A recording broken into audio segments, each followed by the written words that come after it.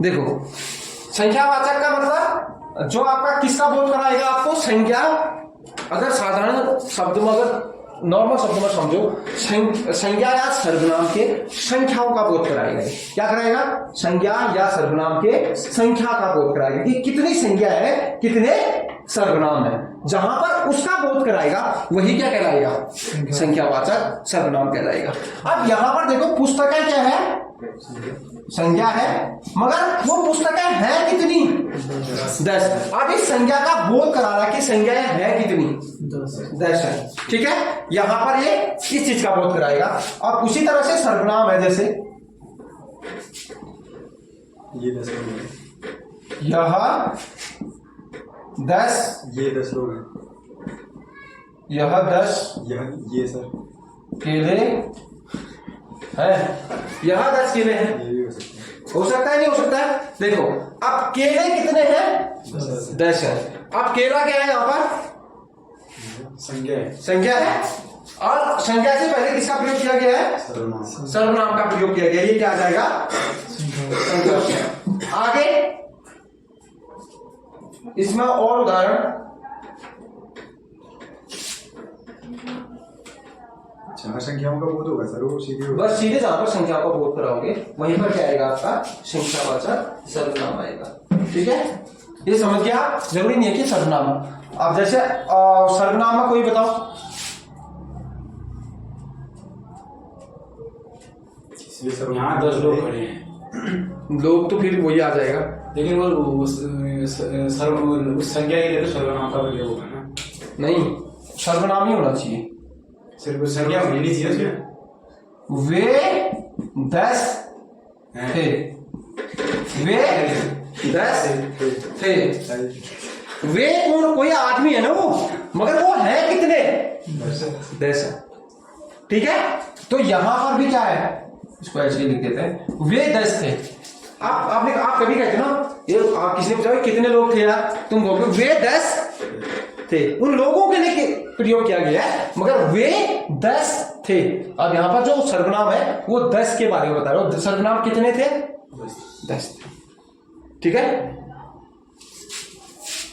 अब तुमसे किसी ने बोला भाई कितने केले लेके आया? तुमने कहा मैं 4 लेके आया है। तुमने सिर्फ क्या कर दिया? वहां 4 केले, से वहाँ 4 केले थे, वहां 4 केले, तो फिर वही आ जा रहा है। ठीक है, सर्वनाम तो पीछे आ ही रहा है ना। तो मतलब आप मेनली ये समझो कि जहां पर भी क्या आ जाए, या संज्ञा के लिए संख्याओं का बोध कराया जाए, या सर्वनाम के लिए संख्याओं का बोध, या सर्वनाम के लिए क्या होनी चाहिए? संख्या होनी चाहिए, या सर्वनाम संज्ञा के लिए संख्या होनी चाहिए। जहां पर भी ये 2 चीज है, देखो एक है संज्ञा, एक है सर्वनाम। इन दोनों के लिए जब आप किसका प्रयोग करोगे? संख्या का प्रयोग करोगे, तब क्या होगा? संख्यावाचक विशेषण होगा। समझ गए? या तो सर्वनाम के लिए आप संख्या का प्रयोग करोगे, या सर्वनाम के लिए, या संज्ञा के लिए, या सर्वनाम के लिए संख्या का बोध करोगे, तभी क्या होगा? दोनों के लिए भी तो कर सकते हैं। दोनों के लिए भी कर सकते हो, मगर यहां मान लो कहीं पर संज्ञा नहीं है, सर्वनाम है, तब भी क्या होगा? संख्या का बोध। और मान लो कहीं पर सर्वनाम नहीं है, संज्ञा है, तो तब भी क्या होगा? संख्यावाचक होगा। ठीक है, अब संख्यावाचक के भेद होते हैं। देखो संख्यावाचक के कितने भेद होंगे? 2। एक निश्चित संख्यावाचक, एक अनिश्चित संख्यावाचक। इसमें 2 भेद आ जाएंगे। एक आएगा निश्चित संख्यावाचक विशेषण, और एक क्या आएगा? अनिश्चित संख्यावाचक विशेषण।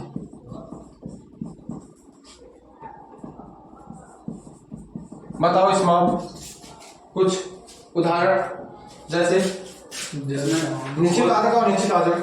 निश्चित वाचक में ये 10 केले हैं, ये 10 लोग हैं। निश्चित वाचक में तो 10 लोग आपको निश्चित है कि आपको निश्चित पता चल जाएगा कि ये इतने हैं। तुमने कहा कि मेरे शायद अनिश्चित में आएगा, विद्यालय 10 रुपए केले थे।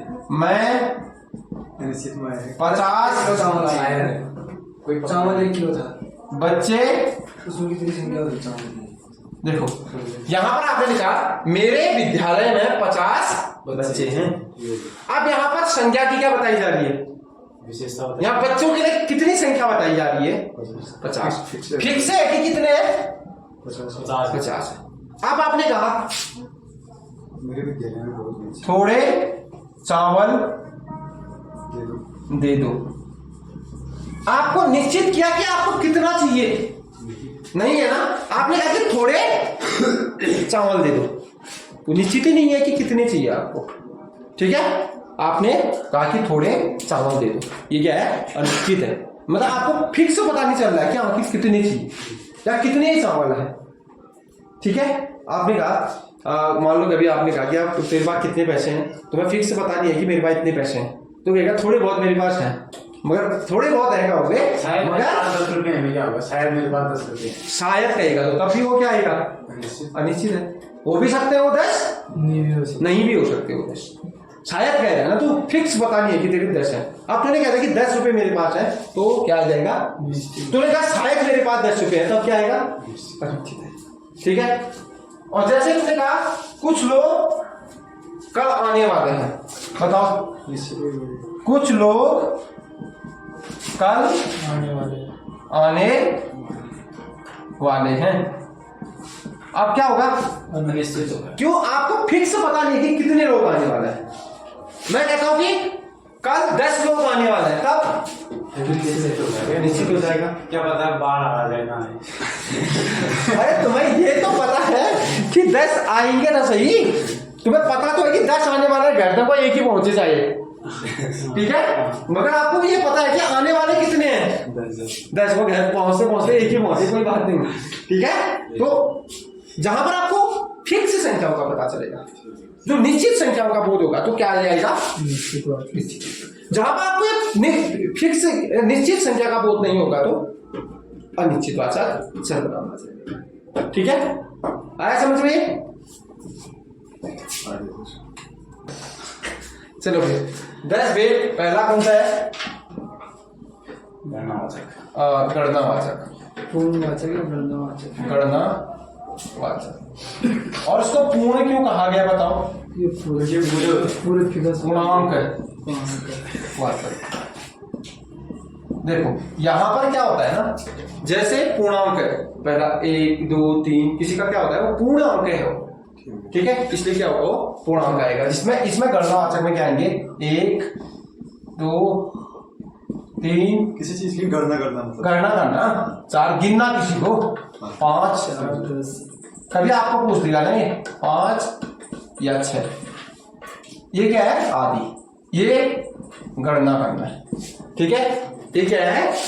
गणना करना है। उसके बाद दूसरा था अगणनावाचक। क्या है? अगणनावाचक। अगणनावाचक क्या? अपूर्णवाचक। अगणना वाचक विशेषण, अगणना वाचक, ये लिख दो अगणनावाचक। अगणनावाचक में क्या आएंगे बताओ? अपूर्णवाचक, अपूर्णांक वाचक भी कह सकते हो उसको। ठीक है, 1.5 सवा, जैसे आपने कहा आधा पौना आधा पूरा, आप ये गणना नहीं कर सकते हो ना आप इनका, मगर फिक्स तो है, आधा है वो, पौना, ढाई,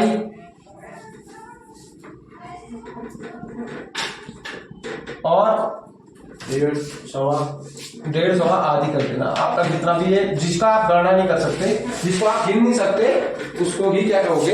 अगणनावाचक। जैसे आधा, पौना, ढाई, 1.5, सवा, ये सब क्या आ जाएंगे? अगणनावाचक। उसके बाद अगला लिखो क्रमवाचक। क्रमवाचक, क्रमवाचक में क्या आएंगे? 1 2 3 4 पहला दूसरा, पहला दूसरा, तीसरा और चौथा आदि, ये सब क्या होंगे? क्रमवाचक होंगे। ठीक है, उसके बाद समुदायवाचक। समुदाय का मतलब समुदाय वाचक। जैसे दोनों, तीनों, चारों। एक समूह का बोध करा रहा है, समूह का बोध करा है, इसलिए समुदाय समूहवाचक होता है। ठीक है।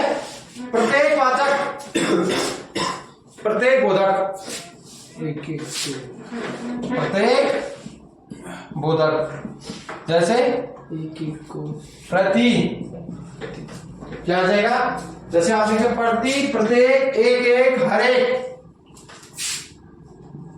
पहले ये लिखा था तारा, प्रत्येक एक एक को चुनकर मारूंगा, एक, एक और चुनकर मारूंगा, और यही लिखाया था फिर हम लोग। वही दिखाया था।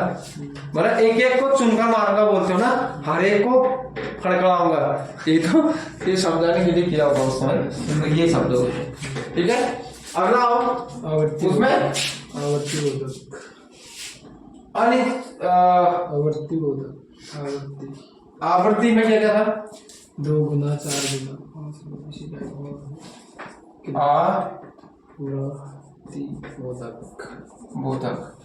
इसमें 2 गुना 2 गुना 4 गुना 6 गुना 4 गुना आदि कर दो। आप सुना हो सकता है, 3 गुना हो क्या हो सकता है, 2 गुना हो सकता है, 1.5 गुना हो सकता है, आधा ठीक है? गुना हो सकता है। गुना। जहां पर आप पीछे गुना लगा रहे हो वही शब्द क्या आ जाएंगे?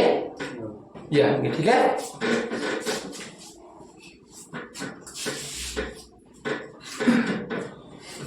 आप लिखो, एक अनिश्चित बोधक भी होता है। वो क्या होता है? अलग से लिखना उसको, अनिश्चित बोधक। एक अलग से लिखा देता हूं आपको, वैसे अनिश्चित वाचक में ही लिखा देना चाहिए था। नीचे लिखो अनिश्चित बोधक, अनिश्चित बोधक। अब एक अलग से लिखना है इसको, इसके साथ में लिखना, क्योंकि इससे तो आपको फिक्स का पता चल रहा है ना। अच्छा है, अनिश्चित बोधक लिख लो। अनिश्चित बोधक, जहां पर आपको निश्चित वस्तु का पता नहीं चलेगा।